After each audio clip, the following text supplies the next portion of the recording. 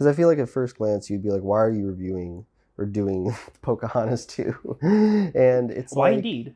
because I think it's relevant to what's going on right now, just with how we watch stuff, and it's a nice way to kind of look back at how they continued or tried to continue these stories even for cash grab. But regardless, I mean, we chose to do the podcast, so here we go. We're doing. Buckle up.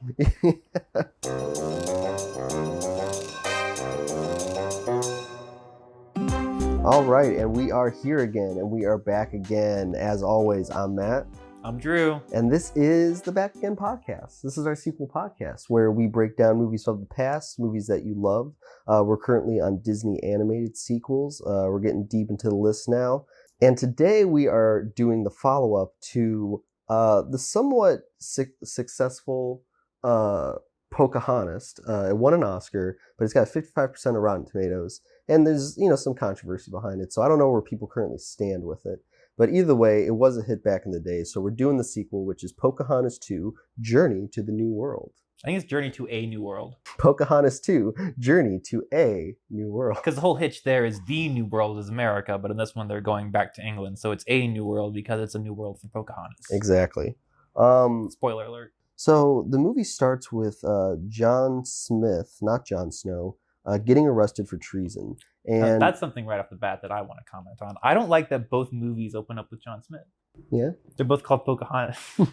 You fucking... I mean, yeah, they're both called Pocahontas, and they both open up with John Smith. And the first one, I don't want to spend too much time talking about the first one. Well, but the first one has an extended sequence where it's just all about John Smith, and then after like 5 minutes, we finally get to like the main title, and then we get into Pocahontas. But this one does the exact same thing, where the kickstart of the action is John Smith is, something's happening with him. Yeah. So he fights a bunch of people, fights the bad guy. Well, we find out who the bad guy is. It ends up being the governor that was arrested in the first movie. Yeah, he's back again, as they say. The bad guy that's back, he's also doing this because this is a follow-up to the exact events of the first Pocahontas. So the whole thing... It's a direct sequel, yeah. Yeah, so the whole thing in this opening is that they're trying to get approval for Warder going back, and John Smith's trying to stop it. Yeah, they're gonna send the Armada. Okay. So after that happens, we cut to Pocahontas, and she is with the crew, and they're playing in the snow, and she's upset because she's got news that John Smith died. I don't know how she got that news. Well, that's really interesting because there's no way to know how she got that news. But then it's revealed in like a later scene, as if in response to my very question, that through the events of the first movie, there is actually a peaceful coexisting colony, at least on the surface. And that is where Pocahontas indeed did get the news from, because there are ships coming back and forth from England. I didn't know if you saw this, but there were ships coming in and out of port, so there's definitely messengers. That's how she could have got the news of John Smith dies. So because she's upset about this death, she goes into a song about, where do I go from here? And I like this because it's a nice little Buffy reference. Exactly. So after she sings the song, the Americans come back, and this is apparently peaceful times. We have, the Americans just stopping by to probably continue to support that colony that you're talking about and other things. Yeah, this is where we see all that. Around this time, we see a guy get introduced named John Ralph. John Rolfe. Yeah, John Ralph. And he's got like John Ralphio. And basically, everybody's like around the ship, and Pocahontas, saves this guy from a horse, but the guy is on the ground with Pocahontas and he don't like her, so he's like going to slap her. A bunch of Pocahontas's people come out and they're going to attack, but then Pocahontas has to put it all calm, and she's like, everyone just chill out. And then we see there's still tension, even though that there is a coexisting colony for to some extent. Yeah, and then she meets John Ralph for the first time. They do, whatever exchange, and then we cut to... We introduce who John Ralph is, which, for anyone who's not familiar, it's just a Billy Zane type. And he is indeed played by Billy Zane. So later that night, the guy in the hat, played by Billy Zane, he goes to see the chief, and he's proposing a peace offering, and he wants to introduce the chief to the king back in England, and Pocahontas basically volunteers to go instead of her father. So, that's what she's going to do. So cut to, she sails to America on the ship. Well, she boards the ship, and she's joined real quick by another character, Uti, who is acting, I don't think it's ever said through dialogue, but is essentially acting as her bodyguard. Yeah, and then we also reveal that the animals snuck on the ship as well, the pets of Pocahontas. Because of course they did. I mean, it doesn't even have to be stated at this. So we're sailing. They try to do some more kind of romance stuff with John Ralphio and Pocahontas. There's a nice little transition shot there. And then we arrive in London, and then we kind of get this big London song. I actually like the London song. I didn't like any of the songs. There's some references in there of like people from London, like, you know, Shakespeare and some other stuff. So while we're in London, after the song, the bad guy shows up. Pocahontas and him talk.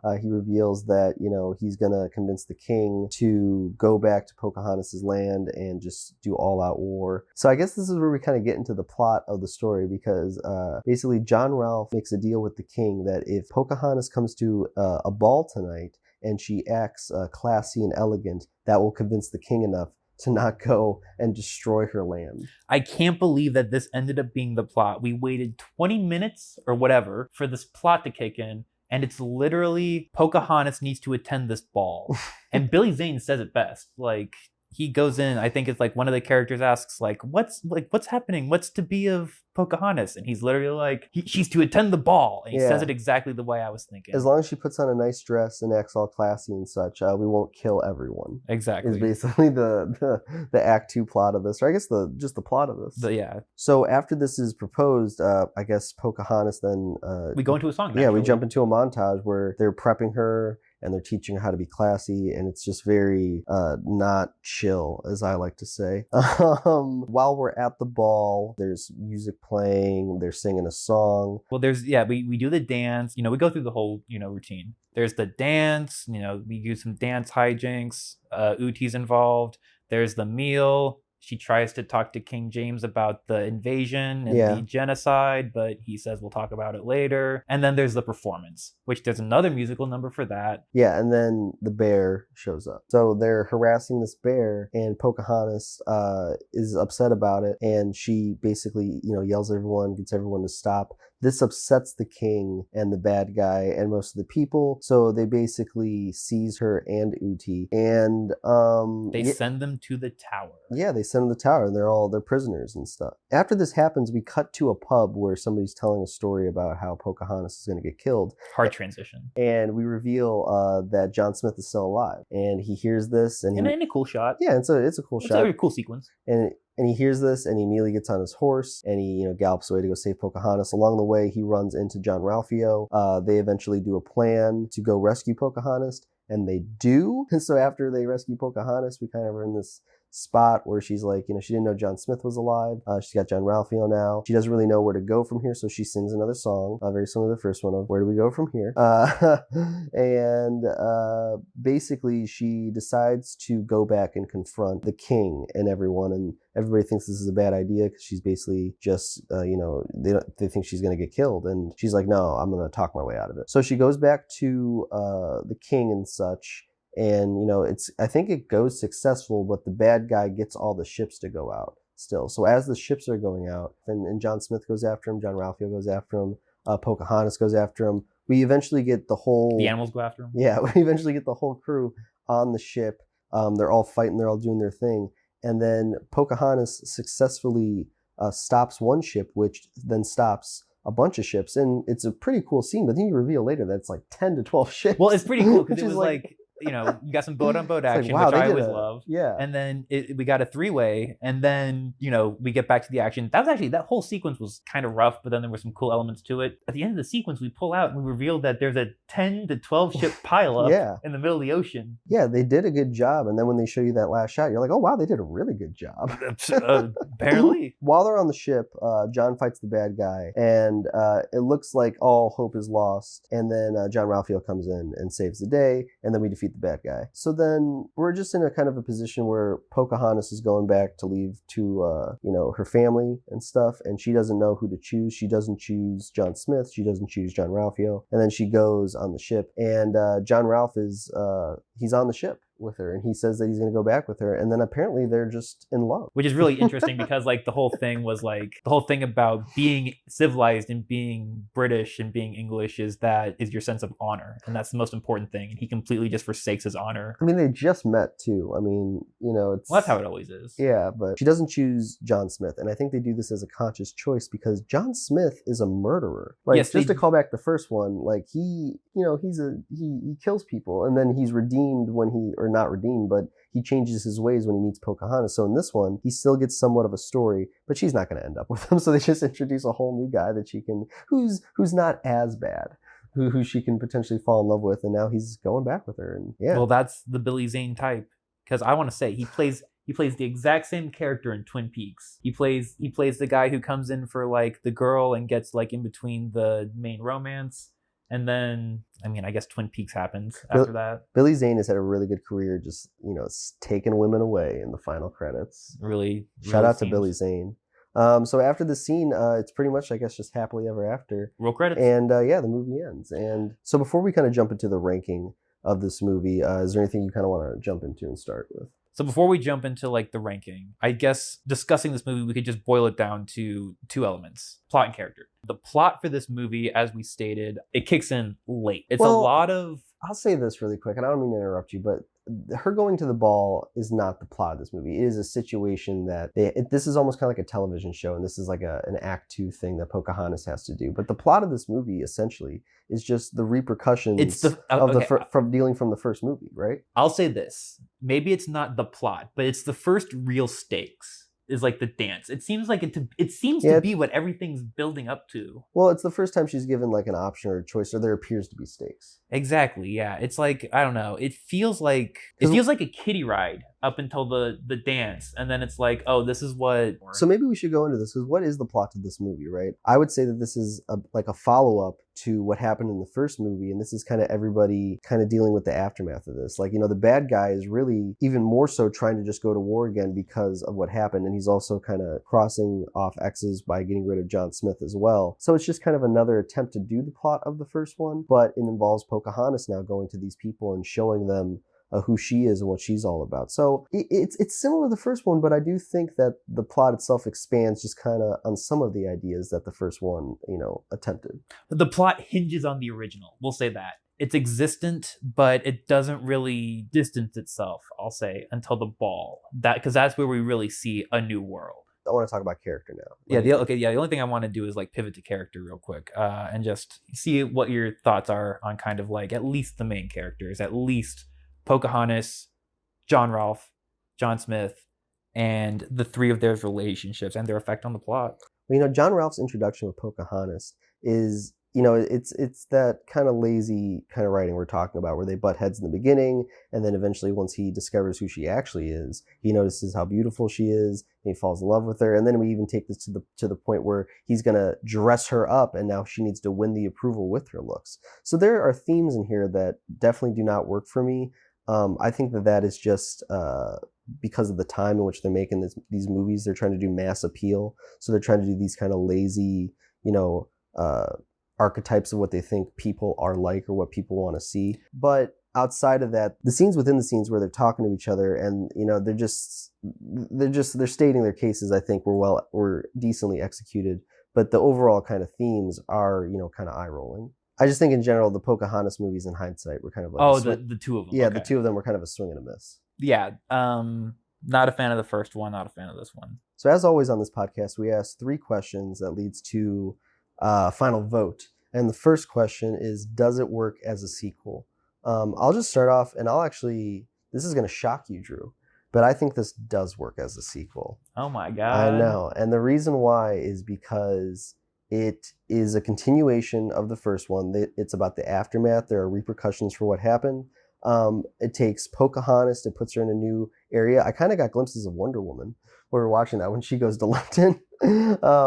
But the songs are good. The animation is decent enough. And Pocahontas as a character is good. I believe the actress returns again to play her. So even though there's problems with the movie, based on the other kind of sequels we've seen so far, I don't find this one... I'd be okay with a kid watching this movie. I'm being kind of lighter with this one but I can see that they've tried to put in the effort. So for those reasons, I do think it works as a sequel. It's reasonable to like take a lighter approach because you can tell that there was effort made behind a lot of the production of this sequel And in the acting. and every element of it, every element of production, but or at least most. But it doesn't work as a sequel for me. Just because it is a direct sequel does not mean it works as a sequel for me. So because it does not add anything constructive to a source material that I think was like ripe for, some tweaking and some retooling. Well, this is only 2 years after the fact. I know. So it's not like they learned a lot. I know. In that time. It is strange. The only thing they learned was that, oh, that's right, John Smith is not a good guy. Exactly. Well, yeah, at least they had enough foresight to determine that. Yeah. But yeah, nothing constructive to add when there was plenty of material that could have been mined, even if it was just a couple years later. I don't know. No, I can understand that. That's reasonable. Like I said, I'm more lighter on it, but so that's going to be an X and a check. The second question is it enjoyable / entertaining? I'll double down and I will say, yeah, it's actually enjoyable and entertaining. The musical numbers are good. And for me, the difference maker is just these little moments where they just take the time. I know that in general, the themes are not the best, but when the actors take the time to act and they just reflect on certain things or they have these kind of emotional beats, I like that stuff. I like that kind of effort. And even though it's a direct-to-video sequel, when you kind of put in at least that effort, for me, it makes it more enjoyable, entertaining, and I think it's more useful to a younger kid watching because they're actually watching these things play out opposed to like an Atlantis Milo's Return where it's all just about kind of one-note characters. So for those reasons, with a lighter kind of mind perspective, I think it is enjoyable / entertaining. It's so interesting hearing you be so light on this because you didn't even want to watch this sequel. I know. It does not work for me. Hearing you talk about that and about how it works on like performance and just kind of like on certain levels of execution, it does not work on theme and it does not work on plot. Yeah. And for me, those are your bread and butter for any story, any type of movie. And because those don't work, it's immediate X. Well, then this is going to be, I think this is where I'm going to get kind of back on board with you because the third one is, does it need to exist? And I'm going to say it doesn't need to exist. That's very interesting. Right? I like it. I like it, but I don't want it to be here. Yeah, this is kind of like a tornado, right? Because it's like, yeah, this doesn't need to exist, but they did make it. And what did they make? Well, it's almost as if they know they didn't need to make it. So it's like, well, we're doing this, Disney wants us to do it, so we're going to at least attempt. We're going to try to sneak in what we can under these producers' noses. So that's why I'll be lighter on those first two. But yeah, I don't think this needs to exist. I want to blow your mind. I want to say it does need to exist. Wow. No, I'm just fucking with you. No, it doesn't need to exist. Questionable if the first one needed to exist. No, yeah, I mean, that's pretty much it. So if you're doing that math, that's 4 X's and 2 check marks. So that's going to be kind of one big X. But there is an asterisk once again next to it. I do think that this is better than Tarzan and Jane. I think that this is in the same kind of category as Mulan 2. I think Mulan 2 does a better job of putting ideas and concepts out there that are kind of bigger, whereas in this one is kind of redoing the kind of conflicts of the first one. But I do like the characters in it. So I think that's pretty much going to be it on Pocahontas 2. As always, thanks for listening. Make sure you subscribe, you like, you comment below. Have you seen Pocahontas 2? I'm sorry. Also, make sure you check out our other episodes. We're on the second half of this Disney animated list, so we only got a couple more episodes left. But make sure you check those out. And you got anything else, Andrew? See you next time. All right, we'll see you next time.